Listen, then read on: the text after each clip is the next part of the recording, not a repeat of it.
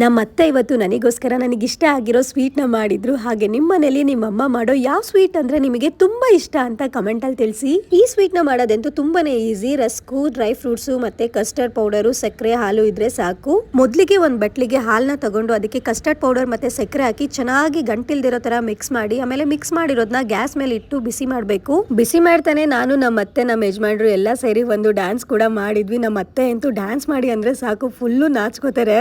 ಅಲ್ಲ, ರೆಸಿಪಿ ಹೇಳ್ಕೊಟ್ಟಿದ್ದೆ ನಾನು, ನನ್ನ ಹೆಸರನ್ನೇ ಎಲ್ಲೂ ತಗೋತಾ ಇಲ್ಲ.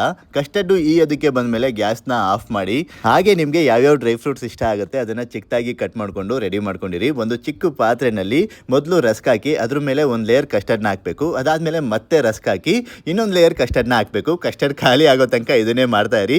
ಲಾಸ್ಟಿಗೆ ಡ್ರೈ ಫ್ರೂಟ್ಸ್ ಎಲ್ಲ ಈ ರೀತಿ ಡೆಕೋರೇಷನ್ ಮಾಡಬೇಕು. ನೋಡೋಕ್ಕೂ ಚಂದ, ತಿನ್ನೋಕ್ಕೂ ಚಂದ. ಡ್ರೈ ಫ್ರೂಟ್ಸ್ ಆರೋಗ್ಯಕ್ಕೆ ತುಂಬಾ ಚಂದ. ಡ್ರೈ ಫ್ರೂಟ್ಸ್ ಎಲ್ಲ ಹಾಕಿದ್ಮೇಲೆ ಇದನ್ನ ಫ್ರಿಡ್ಜ್ ಅಲ್ಲಿ ಸ್ವಲ್ಪ ಹೊತ್ತು ಇಡಬೇಕು.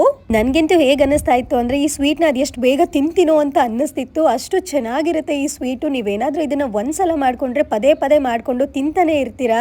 ಯಾರೋ ಏನೋ ಅಂದ್ಕೋತಾರೆ ಅಂತ ನಾವ್ ಅದಕ್ಕೆಲ್ಲ ತಲೆ ಕೆಡಿಸ್ಕೊಳ್ಳೇಬಾರ್ದು. ಆಡ್ಕೊಳ್ಳೋರು ಬಂದು ನಮ್ ಜೀವನನ ನಡೆಸೋದಕ್ಕೆ ಹೋಗಲ್ಲ. ನಮ್ ಜೀವನನ ನಾವೇ ನಡೆಸ್ಬೇಕು. ಯಾವಾಗ್ಲೂ ಕೂಡ ಎಲ್ರ ಜೊತೆನೂ ಖುಷಿ ಖುಷಿಯಾಗಿ ಚೆನ್ನಾಗಿರಿ. ಎಲ್ಲರ ದಿನ ಶುಭವಾಗಲಿ. ಎಲ್ರೂ ನಗ್ನಗ್ತಾ ಇರಿ.